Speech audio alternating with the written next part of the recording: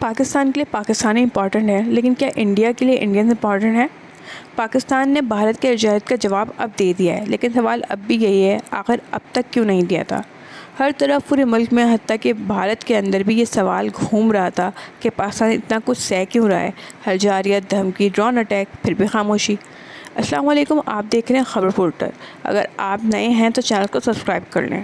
سب سے پہلے ایک بات واضح کرنا ضروری ہے، خاص طور پہ ان لوگوں کے لیے جو بھارت کے یوٹیوب چینل اور مین اسٹریم میڈیا پہ کہہ رہے تھے کہ پاکستانی عوام اپنی فوج کے ساتھ نہیں۔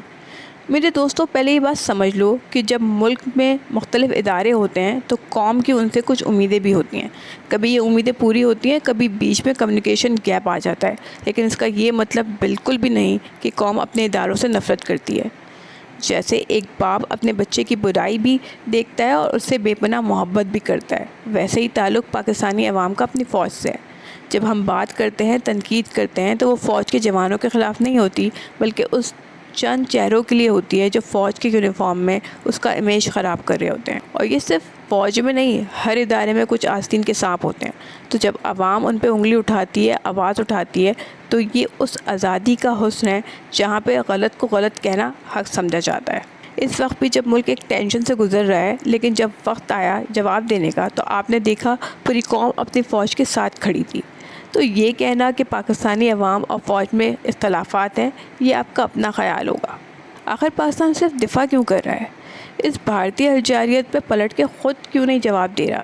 یہ سوال سب کے دماغ میں تھا۔ اتنا کچھ ہونے کے باوجود پاکستان چپ کیوں تھا؟ لیکن آج جب پاکستان نے جواب دیا تو ان سب کے منہ بند ہو گئے جو کہتے تھے کہ پاکستان میں ہمت نہیں، IMF نے منع کر دیا یا فوج کے پاس بجٹ نہیں۔ پاکستان ہر مرتبہ امن کا راستہ اختیار کرنا چاہتا تھا، لیکن اس کا یہ مطلب نہیں کہ ہم کمزور تھے۔ ہم صرف ہر حال میں وار سے بچنا چاہ رہے تھے، کیونکہ وار کسی کے بھی حق میں نہیں، اور خدا نخواستہ یہ اٹامک وار بن جائے تو کون ذمہ دار ہوگا اس کا؟ اس معاملے میں مرنے والے وہ ہوں گے جو کبھی جنگ چاہتے ہی نہیں تھے، ورنہ جواب دینا تو پاکستانیوں کو بہت اچھے سے آتا ہے۔ بھارت کی نیت سے تباہی تھی۔ بھارت کے کچھ سیاستدان چاہ رہے تھے کہ پاکستان غصے میں ریئیکٹ کرے اور پھر دونوں طرف سے تباہی ہو، لیکن پاکستان نے ہر دفعہ عقل سے کام لیا۔ مگر جب بھاولپور پہ ڈرون اٹیک ہوا، نور بیس پہ حملے کی کوشش کی گئی اور نہ ختم ہونے والے ڈرون ڈفرینٹ شہروں میں پھینکے گئے انڈیا کی طرف سے، تو پھر صبر کا پیمانہ لبریز ہو گیا اور پھر جواب بھی دیا گیا۔ مگر وہ جواب بھی ایک ذمہ دار قوم کا تھا، جو چاہتی تھی کہ عام لوگ چاہے بھارت کے ہی کیوں نہ ہوں، کسی بھی مودی کی جنونیت کا نشانہ نہ بنے۔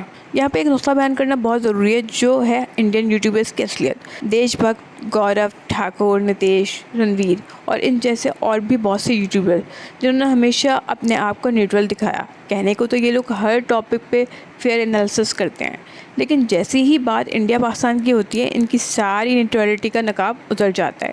اپنے ملک کے ساتھ دینا کوئی بری بات نہیں، لیکن کم از کم سچ پہ تو بات کرو۔ افسوس کی بات یہ ہے کہ جب بھی ان لوگوں نے قائم پاکستان کے بارے میں ویڈیو بنائی تو یا تو اس میں فیکٹ کو ٹویسٹ کیا گیا یا مکمل جھوٹ بولا گیا، اور خاص طور پہ قائد-اعظم کے حوالے سے جتنی غلط انفو انہوں نے اسپریڈ کی، اس کی مثال کہیں نہیں ملتی۔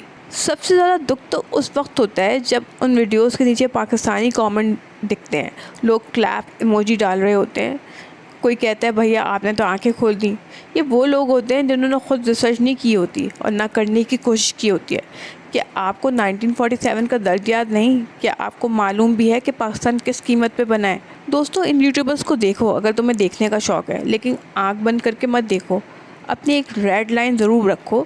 اتنی تلاش ہے سچ کی تو یوٹیوب سے باہر نکل کے لائبریری جاؤ، کتابیں پڑھو، اپنی تاریخ کو سمجھو، لیکن صحیح ذرائع سے، بائس کانٹینٹ کریٹر کے ذریعے نہیں۔ اب جنگ کا فیصلہ کیوں کیا؟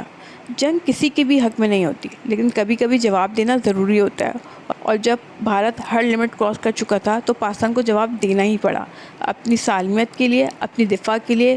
حکومت پاکستان نے جواب دیا بھی تو صرف اس لیے کہ ہر معصوم پاکستانی کو محفوظ رکھنا حکومت کا فرض ہے۔